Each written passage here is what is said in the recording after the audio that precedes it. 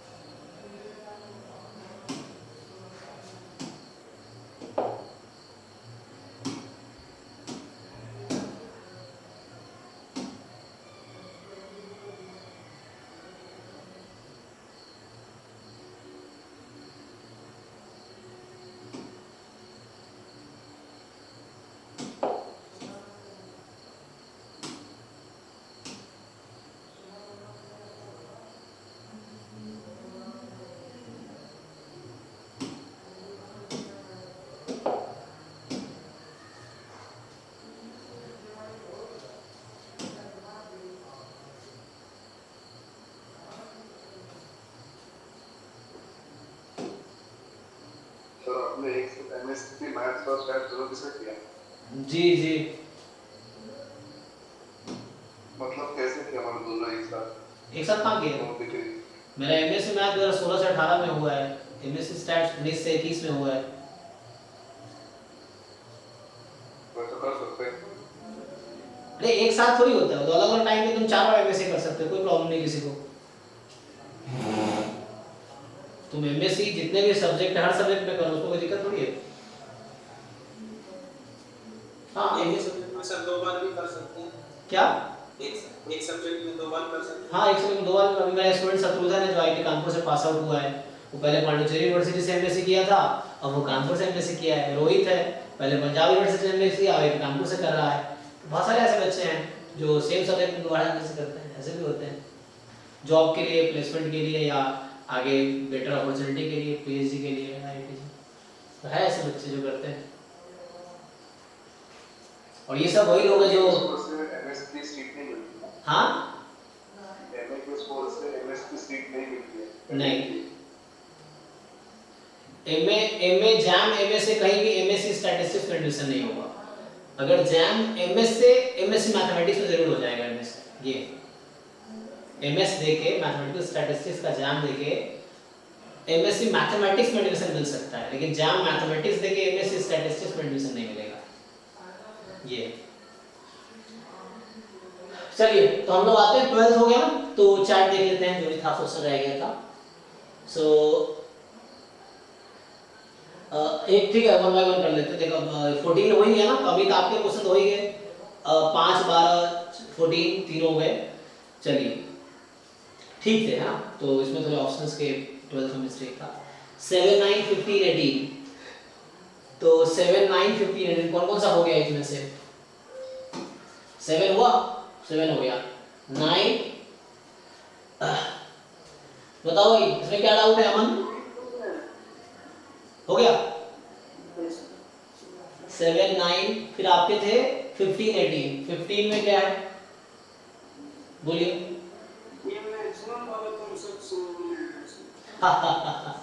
तो ये है क्या कि जैसे हमने एक थ्योरम बताया था आपको भी और पूरी क्लास को। होता क्या है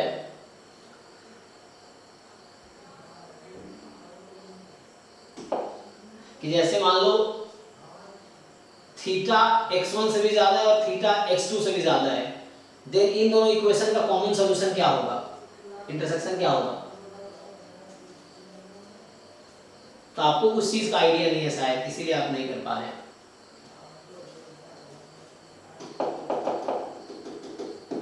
मैं आपसे पूछ रहा हूं, ये थ्योरम है कि मान लीजिए एग्जांपल के लिए theta is more than equal to x1 and theta is more than equal to x2 if and only if क्या होगा? कोई बताओ जिनको आइडिया है। Theta is more than maximum of x1 and x2 जी। तो ये इफ एंड ओनली स्टेटमेंट है।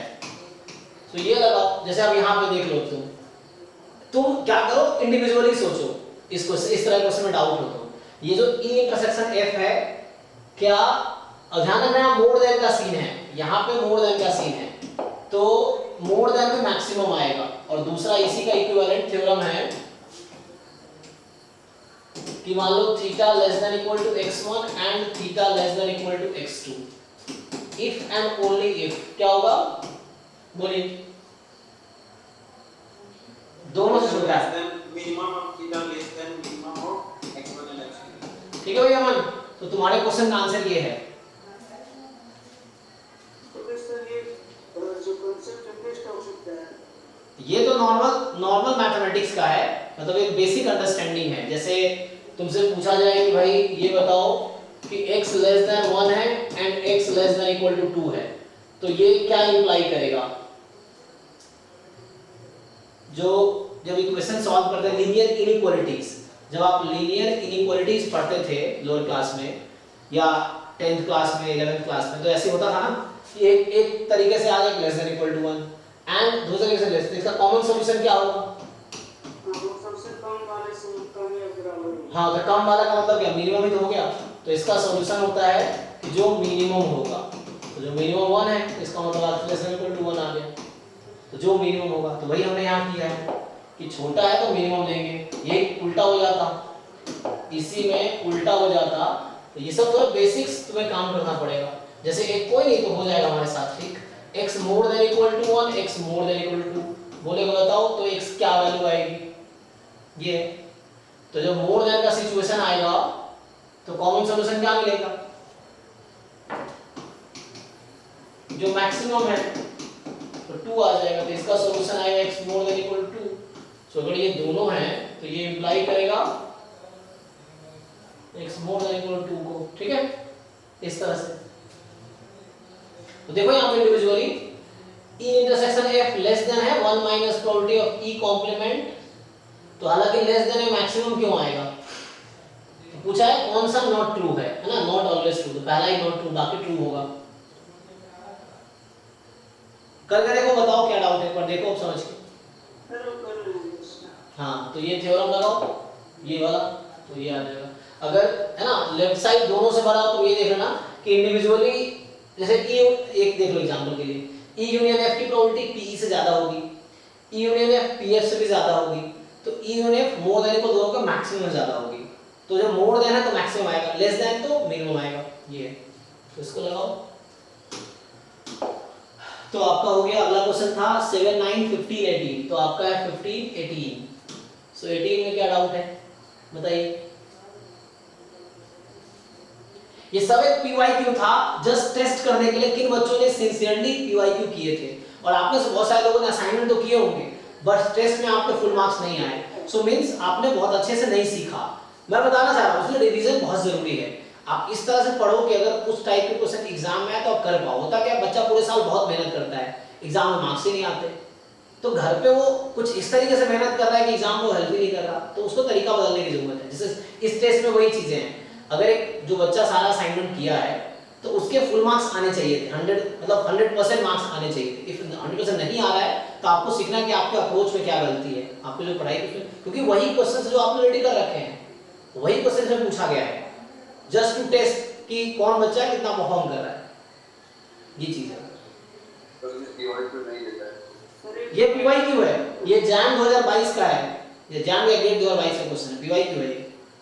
गेट का होगा जाम का। हाँ गेट का होगा, गेट का भी कर सकते, कोई दिक्कत नहीं, गेट 2022 का होगा फिर ये, हाँ जैम या गेट का है, मतलब एट कहने का अप्रोच, जैम में भी इस तरह क्वेश्चन आते हैं, गेट का अलग ही होगा ये, क्योंकि PYQ ही है एक्चुअली। चलिए ट्राई करते हैं इसको। तो आपको सैंपल स्पेस दिया है 1 2 3, मतलब पूरा नेचुरल नंबर आपका सैंपल स्पेस है यहाँ पर, ठीक।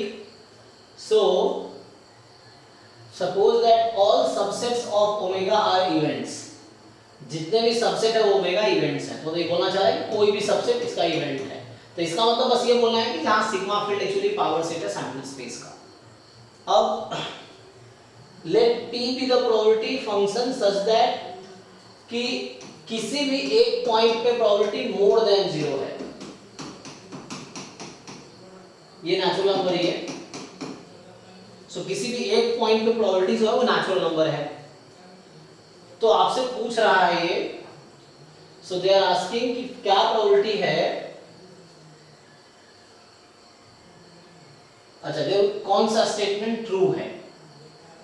तो एक काम करो, मैं शुरू में क्या करता हूं, मैं एग्जांपल से स्टार्ट, कोई एक ऐसा एग्जांपल बताओ जिसका सपोर्ट या जिसका सैंपल स्पेस नेचुरल नंबर हो, ऐसा कोई पीएमएफ बताओ मुझे या प्रोबेबिलिटी बताओ, कुछ आइडिया है? देखा हो तुमने जो, एक तो आपको ये याद होगा, मैं ऐसा यूज करता हूं, ये जहां x की वैल्यू चलता है, ये मैंने लिखा रखा है कई बार। सो एक तो ये एग्जांपल है, याद है ना, समेशन करेंगे तो कितना आएगा, टोटल सम 1 होता है ना प्रोबेबिलिटी का, तो यहाँ ऐसा समझ लो आप, ये मैं ऐसा बोलना चाह रहा हूँ। सो आप इसकी जगह ये लो कि 1/i और यहाँ i हो गया i स्क्वायर, जहाँ i की वैल्यू 1 2 3 एंड सो ऑन, ये समझो। सो हर नेचुरल नंबर की प्रोबेबिलिटी है 6/pi² इनटू दिस। दूसरा इस तरह का बनता है, ये हो जाएगा यस यस करेक्ट। तो आप ज्योमेट्रिक जैसे ले लेंगे, एग्जांपल लो तो हाफ ही ले लो, हाफ की पावर i, ये हो जाएगा। तो 1/2 की पावर i समझ सकते हो। इसका टोटल हर पॉइंट पे प्रोबेबिलिटी का सम निकालोगे तो 1 आ जाएगी, है ना, a/1 - r 1 आ जाएगी। अब सर बाइनोमियल भी ले सकते हैं, एक भी क्या बाइनोमियल का सपोर्ट नेचुरल नंबर होता है?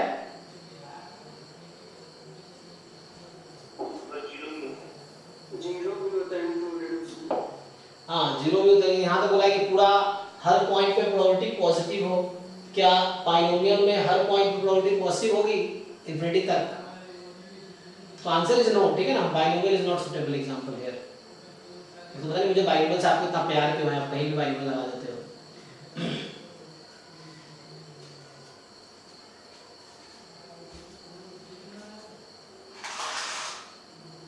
हाँ जी चलिए,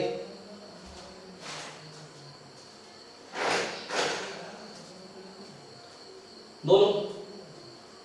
तो इन पे चेक करो, इनके हिसाब से ऑप्शन देखो, जो फॉल्स होगा तो पक्का बाहर आ जाएगा, आउट हो जाएगा। जो ट्रू हो सकता है उसका एक आइडिया ले सकते हो आप। तो जरा समझो हो क्या रहा है।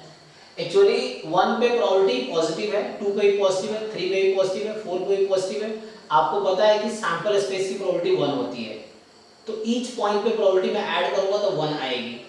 तो एक तो यहाँ से श्योर है कि हर पॉइंट पे प्रोबेबिलिटी पॉजिटिव है और सबको ऐड करने पे 1 आ रही है, इसका मतलब हर पॉइंट पे प्रोबेबिलिटी 1 से तो कम ही होगी, ऑब्वियस है ये, तो किसी भी पॉइंट पे 1 से कम होगी। और दूसरी बात ये डिक्रीजिंग ऑर्डर में होगी। क्यों डिक्रीजिंग ऑर्डर में होगी? क्योंकि सम कन्वर्ज करना चाहिए। आपको एक चीज आइडिया है ना? अच्छा मैं अगर आपसे बात करूं कि ये प्रोबेबिलिटी जो है, probability of i from 1 to infinity, ये किसके इक्वल होगी? 1 के। तो मतलब ये कन्वर्जेंट सीरीज है, और अगर ये सीरीज कन्वर्जेंट है तो इसकी लिमिट क्या होगी? तो इसका मतलब है कि प्रोबेबिलिटी ऑफ i जो होगा ये 0 की तरफ जाएगी जब i इंफिनिटी की तरफ जाएगी, राइट? ये समेशन an, यहां मैं i की जगह n लिख सकता हूं। अगर आपको i में प्रॉब्लम तो आप n लिख लो, i की जगह n लिख लो आप, तो आपको ज्यादा अच्छा लगेगा। सो यहां मैं n लिख दूं अगर, तो ये हो गया pn। सो ये जो pn है that converges to 0 as n tends to infinity, क्योंकि हमने सीरीज जस्ट पढ़ा है आपने।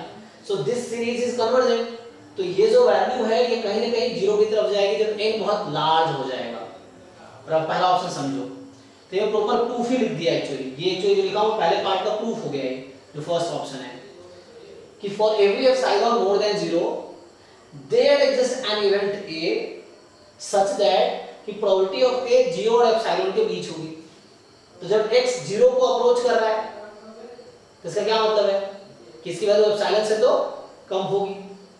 यही तो डेफिनेशन था कन्वर्जेंस का, अगर आप याद हो लिमिट के कन्वर्जेंस का, कि उसका डिफरेंस, कोई नंबर अगर ये नंबर 0 पे कन्वर्ज, इसका क्या मतलब है इन दोनों के बीच का डिफरेंस बहुत क्लोज होगा। कितना क्लोज होगा? एप्सिलॉन से भी कम होगा। तो एक ऐसा नंबर तो मुझे बहुत लार्ज जरूर मिल जाएगा, इसमें ना देयर एग्जिस्ट बोला है। तो एक ना एक नंबर मुझे सैंपल स्पेस में एप्सिलॉन कोई एक आर्बिट्री पॉजिटिव रियल नंबर है, हो सकता है एप्सिलॉन 1/100, 1/1 था। एप्सिलॉन को डिफाइन नहीं किया क्वेश्चन। नहीं क्या रियल है या नहीं है? ये देखो यहाँ for every epsilon more than 0। Question में कितना चाहिए रियल है? क्वेश्चन में क्यों लिखेगा, ये ऑप्शंस में लिख रहा है तो क्वेश्चन में लिखने का मतलब ही नहीं है। एप्सिलॉन तो क्वेश्चन से मतलब, यहाँ तो ऑप्शन से मतलब है, और इस एप्सिलॉन का मतलब सिर्फ ऑप्शन ए से है, तो क्वेश्चन में क्यों लिखेगा, ऑप्शन में लिखेगा ना। तो ऑप्शन में भी रियल नहीं दिखाई रही है। अरे भाई पॉजिटिव लिखा तो रियल ही है, कभी आपने सुना है positive complex number, negative complex number सुना है कभी आपने? सुना ही नहीं होगा। कॉम्प्लेक्स नंबर कोई कंपैरिजन नहीं है, ऐसा कभी वर्ड ना तो बुक में देखा होगा ना कभी सुना होगा कि positive complex number, negative complex number, ऐसा वर्ड ही एग्जिस्ट नहीं करता है। पॉजिटिव नेगेटिव की बात होगी तो सिर्फ रियल नंबर की बात होगी, तो ऑब्वियस है ये कह रहा है पॉजिटिव है तो रियल ही होगा, ठीक है ना। तो इसमें तो आपको क्या लगता है रियल नहीं होगा तो क्या हो सकता है? एप्सिलॉन अगर नहीं लिखा है पॉजिटिव है तो क्या होगा यहाँ पे, मतलब अगर रियल नहीं है तो क्या है? तो कुछ चीजें जो आपको पहले से पता होना चाहिए ना। तो ये ऑब्वियस है for every epsilon more than 0, तो epsilon more than 0 epsilon real number है एक्चुअली, यहाँ पे नहीं लिखा है तभी आपको समझना पड़ेगा कि ये रियल नंबर ही है, क्योंकि रियल नंबर के अलावा कोई दूसरा चॉइस भी नहीं है यहाँ पे, है ना। कॉम्प्लेक्स कभी पॉजिटिव नेगेटिव कॉम्प्लेक्स होता ही नहीं है।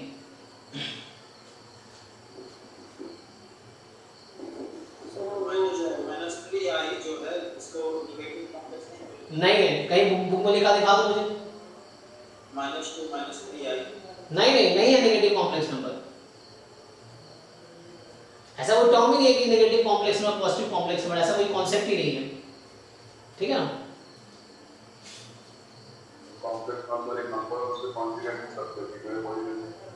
हाँ उसके कॉन्जुगेट होते हैं, नेगेटिव पॉजिटिव होता है। हाँ कॉन्जुगेट होते हैं वो अलग है, यहाँ पे नेगेटिव पर्सन में कोई कॉन्सेप्ट नहीं होता, ठीक है ना। तो और ये पीवाईक्यू का क्वेश्चन है, ये भी नहीं कह सकता मैं गलत है दिस दैट, ये ऑलरेडी एग्जाम में आ चुका है गेट में। So for every epsilon more than 0 there is event a such that 0 yes this option is true. या देख लो अगर मैं बहुत लार्ज नंबर n ले लूं तो 0 पे नहीं चली जाएगी, और 0 पे कन्वर्ज करेंगे तो एप्सिलॉन छोटी है, ठीक है जी। तो ये प्रूफ हो गया इसका पहले स्टेटमेंट का। दूसरा क्या है, there exist a sequence of disjoint events. हाँ सर मुझे सो इन दोनों के बिहाफ में सोचो तो आपको समझ आएगा। ये दोनों एग्जांपल है, ये पीएमएफ लिखा है ना, मतलब क्या पॉइंट ऑफ प्रोबेबिलिटी लिखा, सैंपल स्पेस है ना, ईच पॉइंट ऑफ प्रोबेबिलिटी लिखी हुई है, इसके हिसाब से थोड़े सोचो। बी ऑप्शन गलत इसीलिए है क्योंकि दोनों तरफ अगर सीरीज लगा दोगे ना तुम तो इसका सीरीज और ये जब सीरीज लगाओगे तो ये सीरीज डाइवर्स करेगी। ये 1/10 की पावर 6 है, 1/10 की पावर 6 की सीरीज क्या होगी, कन्वर्ज करेगी डाइवर्स करेगी? ये प्लस इंफिनिटी है, तो ये कहना चाह रहा है अगर मैं दोनों तरफ समेशन लगा दूंगा तो टोटल प्रोबेबिलिटी जो होगी सैंपल स्पेस की वो इंफिनिटी हो जाएगी, लेकिन मुझे पता है कि सैंपल स्पेस की प्रोबेबिलिटी 1 होती है, इसलिए गलत स्टेटमेंट है ये। बाकी ऐसे ही है, there exist i such that i की प्रोबेबिलिटी j से ज्यादा होगी। कोई भी दो डिफरेंट नंबर ले लो, एक 1 एक 2, तो हो गया, देयर एग्जिस्ट की बात कर रहा है।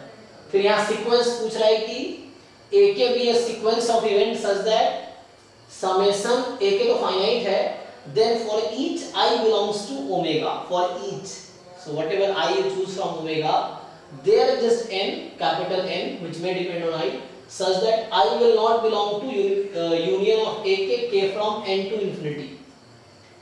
तो कह रहा है कि मान लो I तुमने कुछ चूज कर लिया, एग्जांपल के लिए I 100 चूज कर लिया मान लो, तो एक ऐसा n एग्जिस्ट करेगा, तो n मैं ले लूंगा 101, है ना, इसने कहा है इस तरह से कि I जो है 100 will not belong to union of a k from 101 to infinity। yes, so मैं यहाँ ai सेट जो लूंगा वो I को लूंगा, तो देख लो ये ट्रू स्टेटमेंट है, this is a true statement. मैंने I फिक्स किया है तो तुम यहाँ I से स्टार्ट कर लो, I+1 से, so this is also true statement. तो थोड़े से सोचना पड़ेगा।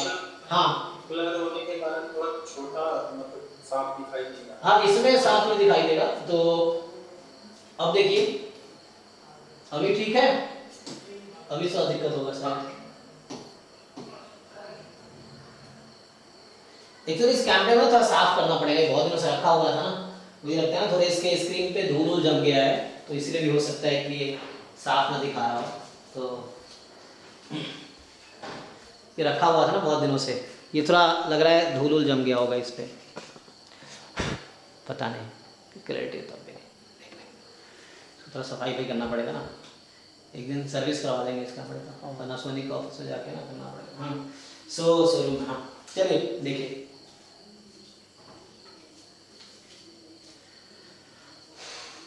ठीक है देख लो, तो ये ट्राई करो और फिर से ट्राई करो, फिर पूछो। देखो जैम गेट सारे पीवाई को ट्राई करने चाहिए ना, जैसे असाइनमेंट ड्राइव होगा तो उसमें वो भी होगा, असाइनमेंट गेट वाले में इन्होंने दिया नहीं ऐसे, तो मतलब आप पीवाई को देख के कर सकते हो। एनीवे नेक्स्ट क्वेश्चन पे आते हैं। तो 18 के बाद क्या था? सर क्वेश्चन 25 अच्छा 25। तो रुको और लोग किनके रहेंगे डाउट्स? सो 25, सो ये 25 में क्या है?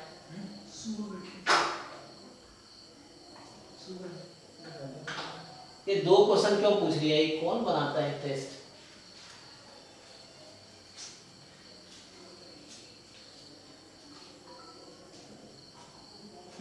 क्वेश्चन उठा के रख देते हैं सीधा बिना पढ़े हुए। ये जब दो क्वेश्चन पूछने का क्या मतलब है? फाइंड द प्रोबेबिलिटी जितनी one box is empty, also find the probability that all boxes are occupied। मतलब क्वेश्चन उठाया ऐसे ही चेप दिया।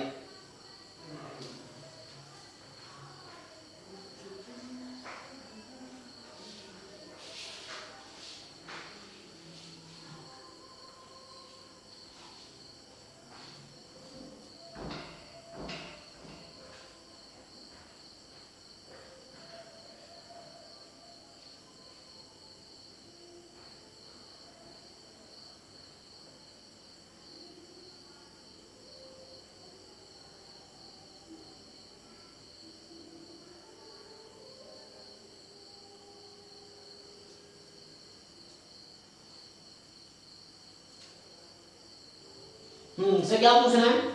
किसका डाउट है? हाँ जी सर ये सॉल्व नहीं होता है, क्या होता है? ये सॉल्व नहीं हुआ था। अच्छा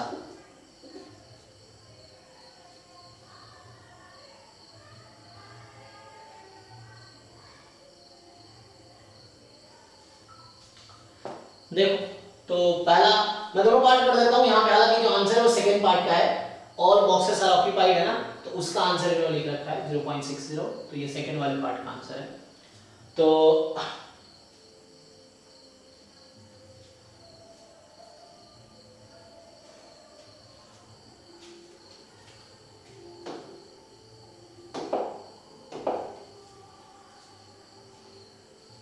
ये तो असाइनमेंट पढ़ा होगा मुझे यहाँ तो लगता है। चलिए क्वेश्चन नंबर 25 देखिए, क्वेश्चन क्या कह रहा है? क्वेश्चन कह रहा है कि suppose that 5 distinct balls are distributed in 3 boxes, तो box 1, box 2, box 3, so box 1, box 2, box 3, ये 5 balls है आपके पास। सो मुझे बताओ, 5 डिस्टिंक्ट बॉल है, 3 डिस्टिंक्ट बॉक्स है, so what is the total number of वे जहां पे हम 5 बॉल को 3 बॉक्स में प्लेस कर सकते हैं? टोटल सैंपल स्पेस में कितने एलिमेंट होंगे? कोई बताओ। सो एक बॉल के पास 3 चॉइस है, दूसरे बॉल के पास भी 3 चॉइस है, तीसरे बॉल के पास भी 3 चॉइस है। तो first ball has 3 choice, second ball has 3 choice, third ball has 3 choice, fourth ball has 3 choice, fifth ball has 3 choice. So 3, क्योंकि एक बॉल को फेंकेंगे तो किसी भी एक बॉक्स में जा सकती है, दूसरे बॉल को फेंकेंगे किसी भी एक बॉक्स में जा सकती है। सो 3 चॉइसेस हैं उसके पास, ठीक है। सो टोटल 3 की पावर 5 सैंपल स्पेस में मेंबर आ गया। और यहाँ जो आंसर है इसका पूछ रहा है कि find the probability that all boxes are occupied. तो आगे क्या था? क्या अभी दो पार्ट में सॉल्व कर देता हूं, देखो। तो हालांकि आंसर ये जो आंसर है सेकंड वाले पार्ट का है। सो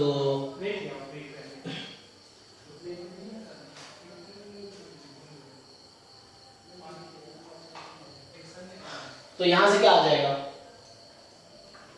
5 बॉल्स को 3 बॉक्स में प्लेस किया, क्या प्रोबेबिलिटी है कि all boxes will be occupied, मतलब no box will be empty. सोचो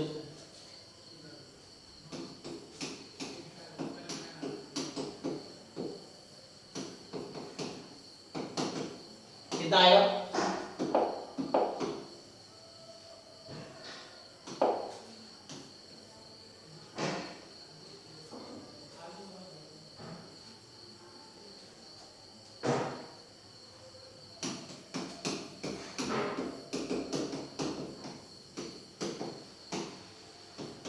सोचो कोई भी बॉक्स एम्प्टी कब नहीं होगा,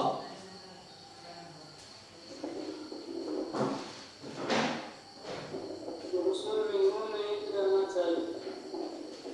हाँ तो मिनिमम 1 रहना चाहिए।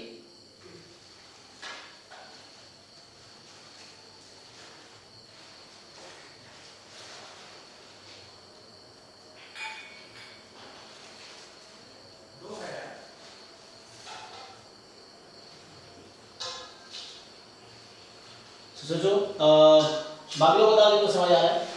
तो अब क्या करेंगे हम लोग, हमारे पास टोटल 3 बॉक्स है, 5 बॉल्स प्लेस कर रहे हैं।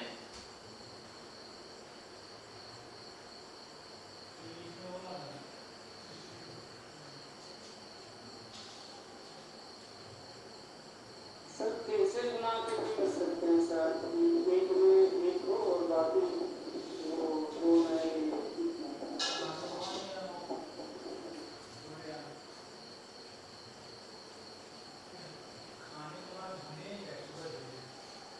तो कॉम्प्लीमेंट ले लें तो कैसा होगा, एक तरीका है कॉम्प्लीमेंट ले लें।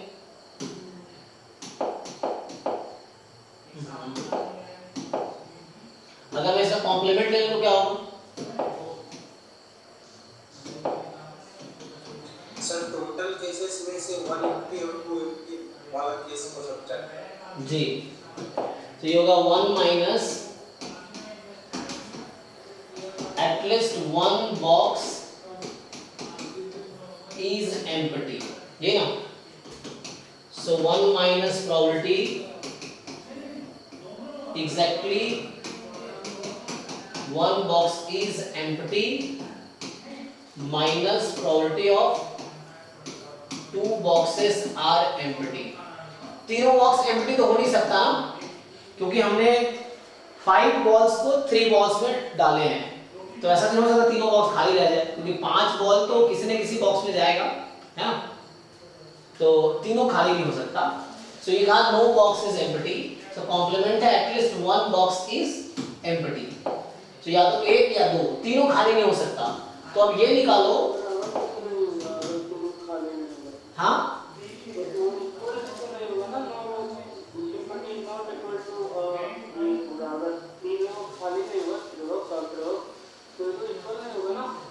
क्यों इक्वल नहीं होगा,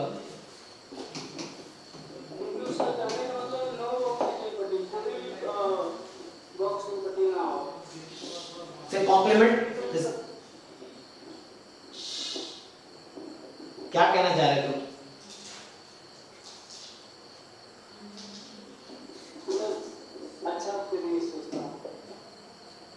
नहीं अभी यहां तक देखो, इसमें बताओ क्या डाउट है तुम्हें। यहां से हमने सॉल्यूशन स्टार्ट किया है,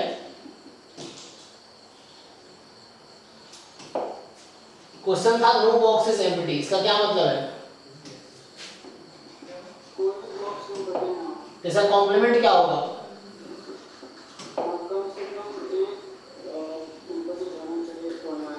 इसका क्या मतलब, आगे क्या लिखेंगे,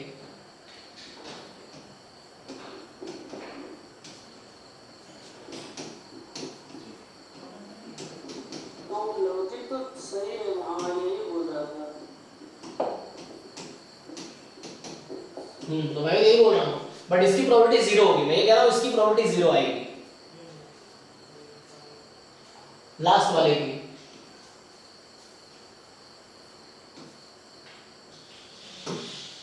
ये है नो बॉक्स इज एम्प्टी, मतलब 1 minus at least 1 box is empty, तो एटलीस्ट हम या तो 1 एम्प्टी होगा या 2 एम्प्टी होगा या तीनों एम्प्टी होगा। सो क्या प्रोबेबिलिटी, सर वो 9 बॉक्स इज एम्प्टी जब निकालते हैं तो बॉक्स एम्प्टी हो फिर क्यों यहाँ पे सब्ट्रैक्ट करना है, दोनों तो एक ही चीज है। अच्छा अच्छा अच्छा।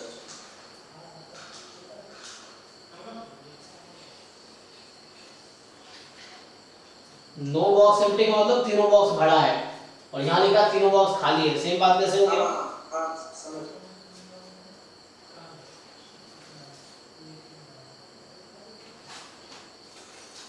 ये सर वो जीरो हो जाएगा क्योंकि सब तीनों तो खाली रहेगा नहीं, 5 बॉल में जाना ही नहीं किसी में, तो जीरो होना है। तो निकालो, अब ये जीरो हो गया, अब ये निकालो, इसका आंसर बताओ, अब इसका बताओ क्या होगा इसका आंसर?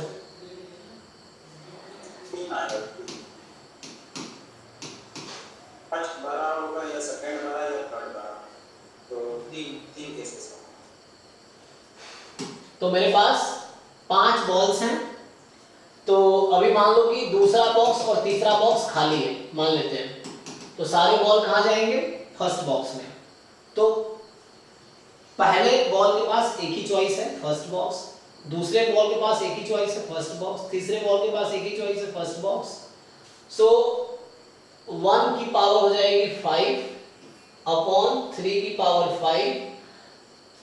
तो ये पहला केस था जब मैंने माना कि दूसरा तीसरा बॉक्स खाली है। दूसरा केस है पहला तीसरा खाली हो सकता है, तीसरा केस है दूसरा तीसरा खाली हो सकता, मतलब पहला दूसरा खाली हो सकता है। तो देयर आर 3 केसेस, ठीक है, ये आ गया आंसर इसका।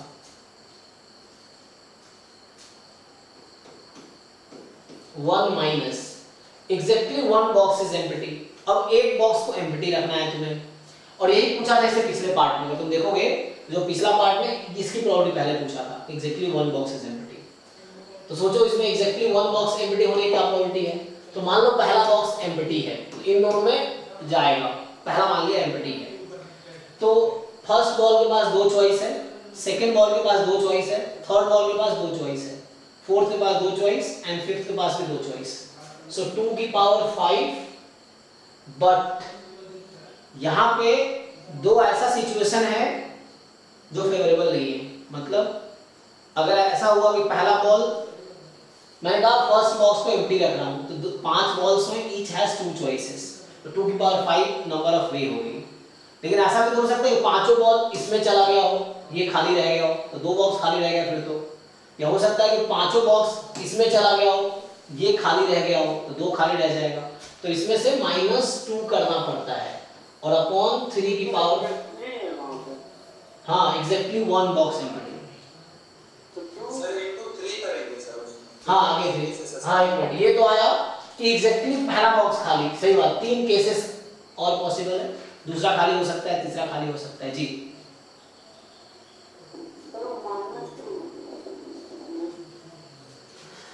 अरे भाई तुम लोग दिमाग लगाना चाहते नहीं हो तो कैसे समझ जाएगा। हमने कहा 5 बॉल मेरे पास है, ठीक है ना। सो मुझे निकालना है प्रोबेबिलिटी कि एग्जैक्टली 1 बॉक्स इज एम्प्टी, ठीक, एग्जैक्टली 1 एम्प्टी। इसका क्या मतलब हुआ?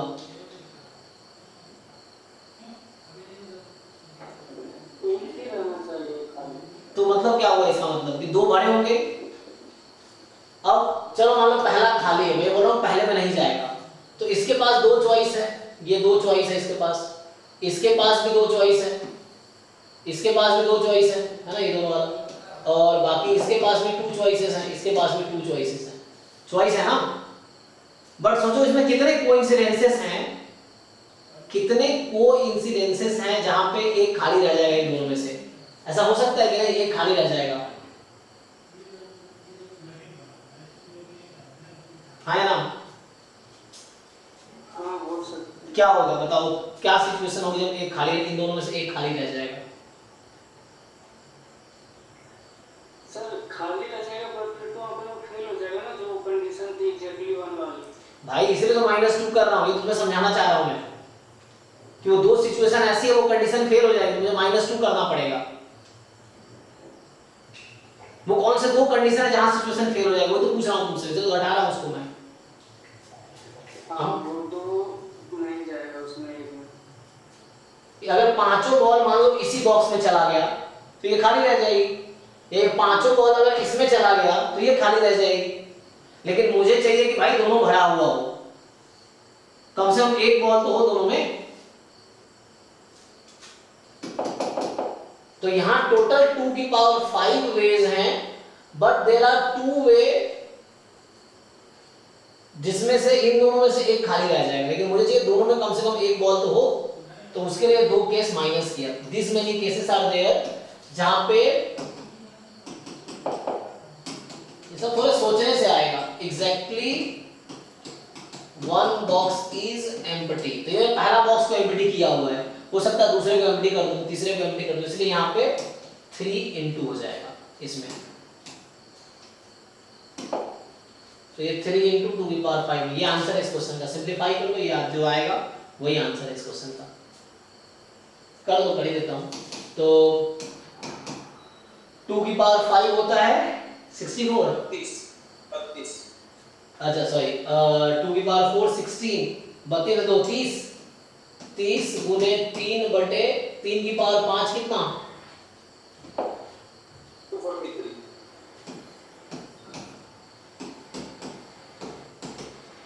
कितना हो गया ये? 93, 3 से कैंसिल हो जाएगा।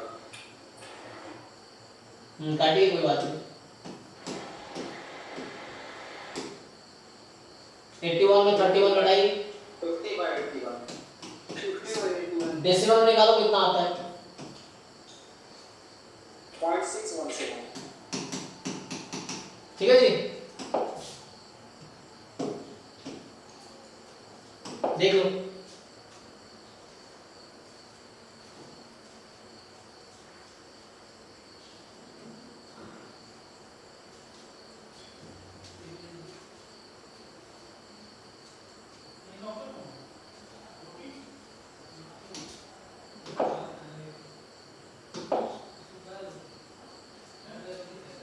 तो यहाँ 0.60 इसलिए लिखा क्योंकि ये वो है, मैं क्या बोल रहा हूँ तुम्हें कि हाँ वही बोलना चाह रहा हूँ, वो देखना हो तो यहाँ से देख सकते हैं हम लोग। ये क्या हो गया, आउट हो गया क्या ये? तो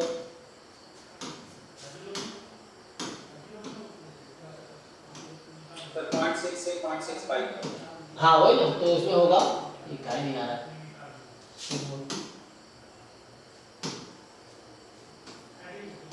अरे पता नहीं, चलो यहाँ पे आता है। तो याद है ना? हाँ मतलब ये लोअर बाउंड दिखा रहा है 0.6 से 0.65 होगा, 61 आंसर है। ठीक है, हाँ नेक्स्ट बताइए। तो नेक्स्ट क्या था आपका?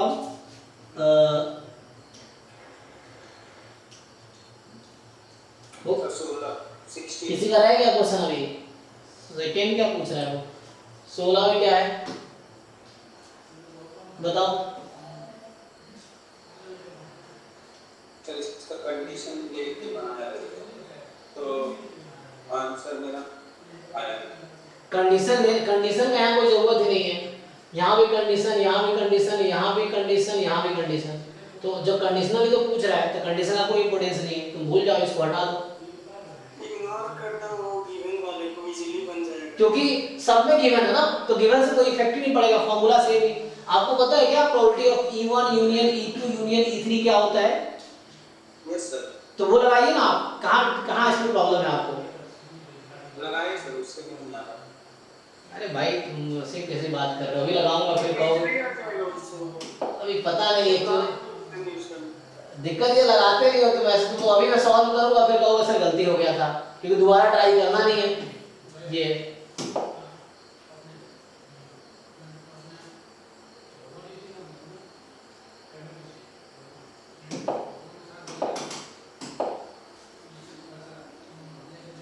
एक तो पहले मुझे समझ आया कि आपको नहीं पता है कंडीशनल यूज कैसे करना है। अगर मैं बता रहा हूँ फॉर्मूला सीधा सीधा लगा हो जाएगा, लेकिन किए सॉल्व हो नहीं, लेकिन किए नहीं हुआ। अभी मैं सॉल्व करूंगा फिर कहोगे हाँ अरे यार सॉल्व करो, ये बताओ कि हाँ सॉल्व किया, इस तरह से नहीं। इसमें क्या ही है, कंडीशनल है, मुझे कोई प्रॉब्लम नहीं कंडीशनल से।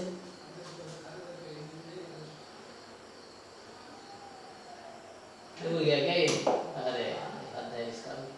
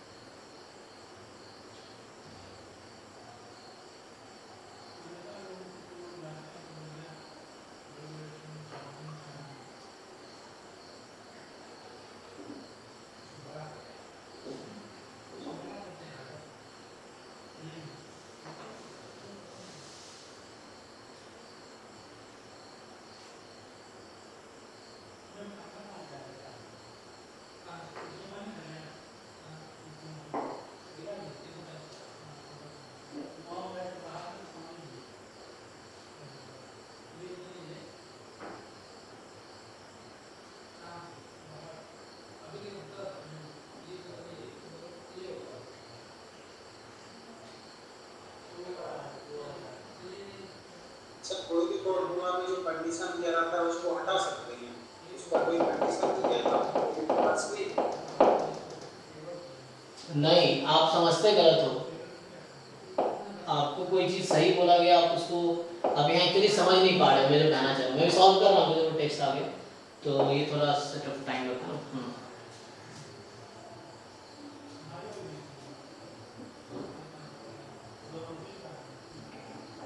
इसमें क्या करना है, देखो वो जो E1 यूनियन E2 है ना, उसका फॉर्मूला लगाओ और लास्ट में E4 कर दो। बाकी सब तो गिवन है, जैसे E1 बाई E4 आएगा तो उसका गिवन है, E2 बाई E4 कितने गिवन है, और इससे E intersection E2 by E4 वो भी गिवन है, सब गिवन है। देखो कौन, हाँ जी, क्या नाम है इनका,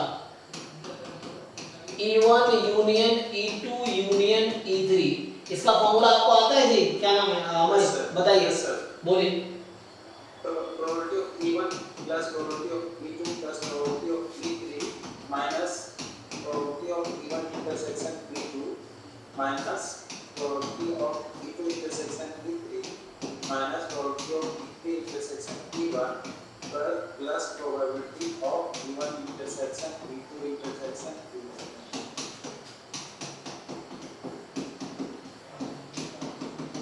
अब भाई देखो मैं तुम्हें बताता हूँ, अगर ये गिवन E4 होता तो क्या चेंज आता है इस फॉर्मूले में?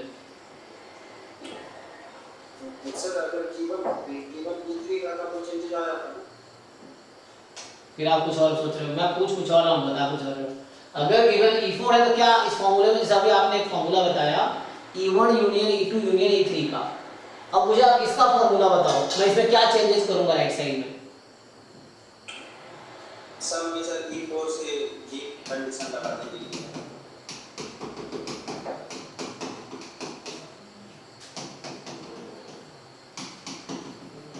इसके लिए सर होगा ना कुछ condition E4 independent of E1 E2 E3 में सब कुछ।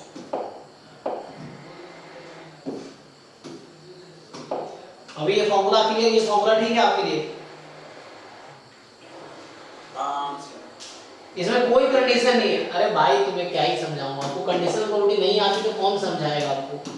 Probability of A complement 1 minus probability of A होता है, और probability of A complement given B का फॉर्मूला क्या होगा?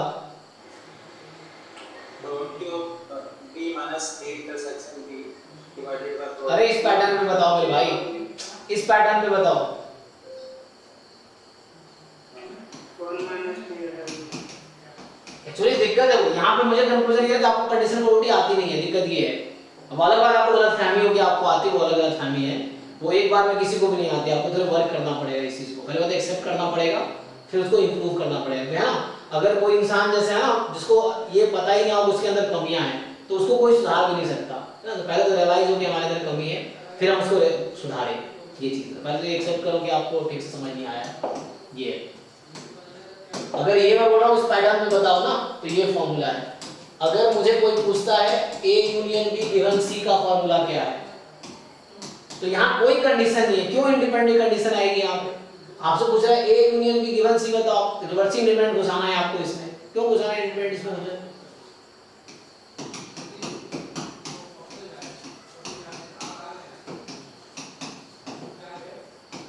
ये फॉर्मूला है, इसमें क्या, ये तो डायरेक्ट रिजल्ट है ना, फॉर्मूला है। आपको प्रूव करना, प्रूव भी कर सकते हैं, जैसे सारे जैसे सिंपलीफाई करके प्रूव करना चाहो कर सकते हो। तो ये डायरेक्टली फॉर्मूला है, वैसे ही ये भी एक फॉर्मूला है। This is the formula. और ये राइट साइड में जो भी चीजें वो सब क्वेश्चन में गिवन है कि नहीं गिवन है? एक थोड़ा सा चेंजेस है, कॉम्प्लीमेंट किया। कहाँ चेंजेस है? माइनस होगा ये माइनस। अरे भाई तो उसको तुम लगा लो ना। ये भाई इतना भी नहीं करोगे तो तुम एग्जाम कैसे निकाल पाओगे? वो एग्जाम वाला यही तो चेक करना चाहता है कि किसके अंदर दिमाग है, किसके अंदर दिमाग नहीं है। अगर इतना भी नहीं कर पाओगे तो कैसे एग्जाम निकाल पाओगे? वरना तो कोई बच्चा निकाल लेगा, फिर क्या ही मतलब है GATE exam JAM exam conduct कराने का? तो ऐसे ही पास कर दे बच्चों को, फिर चलो बेटा कोई बात नहीं, कि ऐसे ही तुम कर लो। यही तो डिसाइड करना है कौन दिमाग थोड़ा यूज कर पाएगा, कौन नहीं यूज कर पाएगा। अब थोड़ा सा चेंज है तो उसको यूज करो ना, आपको जो चाहिए। जैसे मैं अगर आपसे पूछ दूं कि A minus be given C का फॉर्मूला क्या होगा, तो जैसे आप जानते होंगे A माइनस बी का फॉर्मूला होता है PA minus PA intersection B। तो अगर गिवन C कह दिया तो हम इसमें गिवन C लगा देंगे, क्या ही मुझे सोचना है ज्यादा। ये फॉर्मूला है। और इसको आपको प्रॉब्लम है तो इसको ये ना लिख के आप इसको लिखो A इंटरसेक्शन B कॉम्प्लीमेंट। ठीक है ये? तो ये लगाओ ना वहां पे आप। अब यही लगाओ जो आपको लग रहा है मिसिंग है, तो इसको ब्रेक करके मैं लिख सकता हूँ ये जो कंडीशन गिवन है, ये probability of EI minus EI given E4 minus probability of EI intersection E से गिवन E4, जहां IJ हो सकता है 1 2 3 कुछ भी। सारी इंफॉर्मेशन है मेरे पास, मैं बता देता हूँ। E1 गिवन E4 की वैल्यू है 2i3, ये भी है 2i3, ये भी है 2i3। इसकी वैल्यू यहाँ से निकल आएगी, तो यहाँ से क्या निकल आएगी, पहला यूज कर लेते हैं, पुट कर देते हैं। तो ये है 1/6, इसकी वैल्यू है 2i3, इधर भेज दो तो 2i3, तो 2i3 माइनस, तो यहाँ से probability of EI intersection EJ given E4, 2i3 का मतलब 4/6, 4/6 माइनस 1/6, सो 1/2, तो इसकी वैल्यू 1/2 1/2 1/2, और ये वैल्यू मुझे गिवन है 1/6। तो मतलब ये भी कहना चाहता हूँ कि आपने सारे असाइनमेंट ट्राई नहीं किए, तो मतलब जैसे जो भी असाइनमेंट बेसिक प्रोबेबिलिटी भेजे गए थे ग्रुप में, आपको ट्राई एटलीस्ट सारे नहीं तो एटलीस्ट PYQ तो कर दो। ये तो जान के PYQ है, मींस आपने PYQ भी ट्राई नहीं किए। अगर आपको डाउट आ रहा है तो इसका मतलब ये है PYQ आप असाइनमेंट नहीं किए हो, वरना ये क्वेश्चन आपके लिए नया नहीं होता। जो बच्चा असाइनमेंट 2-3 बार सॉल्व कर लिया रिपीटेडली, रिवाइज कर लिया, तो उसके लिए क्वेश्चन लगता है कि पहली बार देख के उसको सोचना पड़ेगा। अगर उसने 2-3 बार पहले सॉल्व कर रखा है और टेस्ट में वो क्वेश्चन आ गया तो डायरेक्टली ट्रिक करेगा। सो मींस आपने असाइनमेंट को सॉल्व नहीं किया, एक बार भी सॉल्व नहीं किया, इसका मतलब अगर किया हो तो रिवाइज नहीं किया आपने। सो रिवीजन बहुत इंपॉर्टेंट चीज है एंट्रेंस एग्जाम में, उससे क्लैरिटी आएगी। तो आप चाहे सिलेबस हो चाहे असाइनमेंट्स हो, PYQ नॉन PYQ, उनको कुछ टाइम बाद रिपीटेडली सॉल्व करें। एटलीस्ट एक असाइनमेंट पूरे साल में 2-3 बार तो कम से कम हो ही जाने चाहिए। PYQ भी कम से कम 4-5 बार तो हो ही जाने चाहिए। सिलेबस आप जितनी बार रिवाइज कर सकते हो उतना अच्छा है। रिवीजन बहुत इंपॉर्टेंट है, एक बार पढ़ लिया और आ जाएगा तो भगवान नहीं हो, तो वैसा नहीं आएगा, तो आपको रिवाइज करने पड़ेंगे। सबको थोड़ा कंफ्यूजन था कि कंडीशन वाला जो उसने कंप्लीमेंट वाले में जो कंडीशन लगाया था वो फॉर्मूला कभी पढ़े नहीं थे। नहीं ठीक है, इट्स ओके। नहीं अभी पढ़े क्यों नहीं थे, क्योंकि आपने असाइनमेंट ट्राई नहीं किया। अगर आपने असाइनमेंट ये किया होता तो जो मैं डाउट क्लास ले रहा था बेसिक प्रोबेबिलिटी, आपसे पूछे होते मुझसे, आपने तभी डाउट नहीं पूछा, अभी डाउट पूछ रहे हो, मींस आपने फर्स्ट टाइम क्वेश्चन देखा है, इसका मतलब ये मतलब है ना। यार ये क्वेश्चन आप पहले मुझसे पूछ सकते थे जब डाउट क्लास ले रहा था, मैं प्रॉब्लम डिस्कशन कर रहा था बेसिक प्रोबेबिलिटी का, तो आपने असाइनमेंट नहीं किया, इसका मतलब ठीक है, तभी तो फर्स्ट टाइम आप पूछ रहे हैं। वरना ये क्वेश्चन तो असाइनमेंट में है, कुछ लोगों ने डिस्कस भी किया मेरे साथ, मैंने एग्जाम बैच में डिस्कस। हाँ जैम 2023 21 का है 21, ओके। इसलिए मैं सबसे रिक्वेस्ट करता हूँ जो भी टॉपिक हो गया पहले एटलीस्ट PYQ असाइनमेंट जरूर कर दो। आप नॉन PYQ भी करो, टाइम है तो PYQ तो कर ही लो, उसको रिपीटेडली कर दो, केवल 2-3 बार कर लो, नुकसान नहीं होगा। ये चल से जानना चाह रहे थे कि कंडीशन वाला फॉर्मूला तो लगाते हैं, वो किसी भी फॉर्मूला में कंडीशन लगा के हम हाँ जैसे नॉर्मल फॉर्मूला आप जानते हैं ना, उसमें अगर यहाँ कंडीशनल समथिंग है तो वो कंडीशन सब पे लगा दीजिए राइट साइड में। ठीक है, तो सेकंड में आ रहा है, ठीक है सेकंड पे आते हैं। तो सेकंड क्या है, हाँ इसमें क्या डाउट है आपको?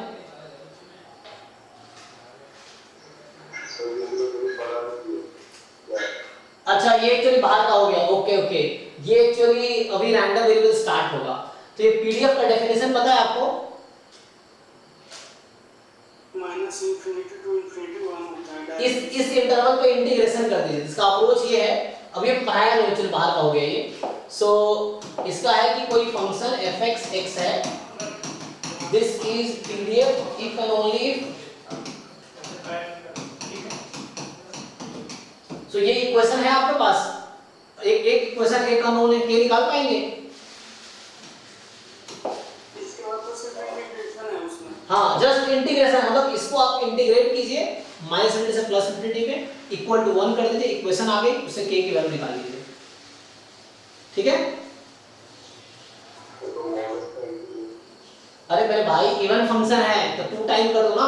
एक्चुअली ट्राई करके नहीं आओ तो दिखेगा नहीं कहां डाउट, मैं इसे बच्चों को लिख के आओ, ऐसे मत पूछो आप। जब मैं हिंट दिया आपको इंटीग्रेट करो, आई होप आपको इंटीग्रेशन आती होगी।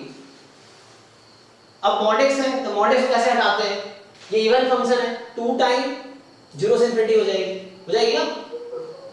हाँ, मुझे पता है सबको इंटीग्रेशन आता है, लेकिन आप जब तक लिख के नहीं करोगे इनिशियली आप नहीं देख पाओगे बहुत आगे तक। तो आपको जब आप लिखोगे तो अगला स्टेप दिखेगा, जब आप लिखोगे नेक्स्ट स्टेप दिखेगा, जब लिखोगे तो नेक्स्ट स्टेप दिखेगा।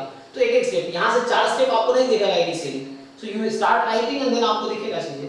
मॉड हटाना है तो प्रॉपर्टी यूज कर लो इंटीग्रेशन का, या माइनस इनफिनिटी से 0, 0 से इनफिनिटी कर दो, ऐसे करके कर सकते हो। हाँ जी, किसका रहेगा आप?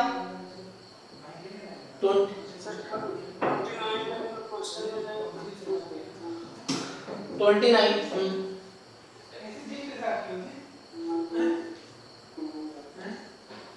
Two fair dice are tossed independently. It is found that one face is odd and other face is even. ये given है आपको, ये given है आपको कि so क्या प्रोबेबिलिटी है? ये होगा। तो प्रोबेबिलिटी ऑफ E given है, कंडीशनल प्रोबेबिलिटी निकालनी है।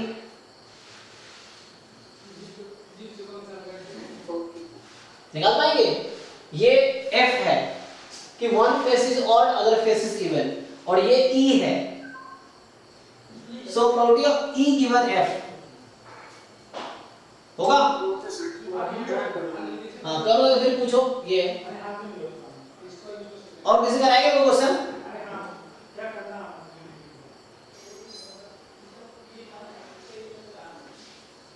देखते हैं, पैर बहुत दर्द हो रही है, नया सुनेंगे, गद्दा नहीं रखा है तो हाँ खड़ा होने में दीवार है।